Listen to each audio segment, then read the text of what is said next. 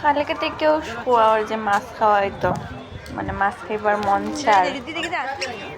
কালকে তো আর রান্না হইলো না, আজকে সকালবেলা গেলে ডিউটির থেকে আইবার সময় আমার ফোন করছেন, রেডি থেকেও আইয়া বাইরে যে মাছ আনতে লাগবে, মাছ আনার চাই না। তারপরে আমরা দুইজন রেডি হয়ে গেলাম, রিদ্ধি আর আমি। মাস্টার আইলা একলগে রেডি হয়ে বাইরে গেলাম। গিয়ে কেন অনেক ধরনের মাছ দেখলাম, বড় বড় রৌ আছে, কাতলা আছে, বিভিন্ন ধরনের মাছ। তো এখানে তো আমি পাবদা খাইতে আর তো পাবদা দেখতে ভালো লাগছে, বড় বড় আসছিল পাবদা। আর পাবদার কিলো আসছিল 500 টাকা। তো 3টা পাবদায়ও আধা কিলো হয়ে গেছে, আধা কিলো লোয়া হয়েছে। এরপর এদিকে দেখো শিং মাছ, এটি দেখো সব মরা শিং মাছ এখানে। আর বড় বড় কত বড় বড় বোয়াল মাছ এটি।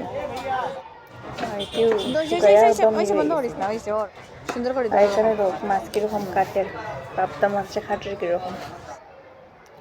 তারপরে আরেক দোকানে আইলাম, এখানে আইয়াও দেখলাম মাছ,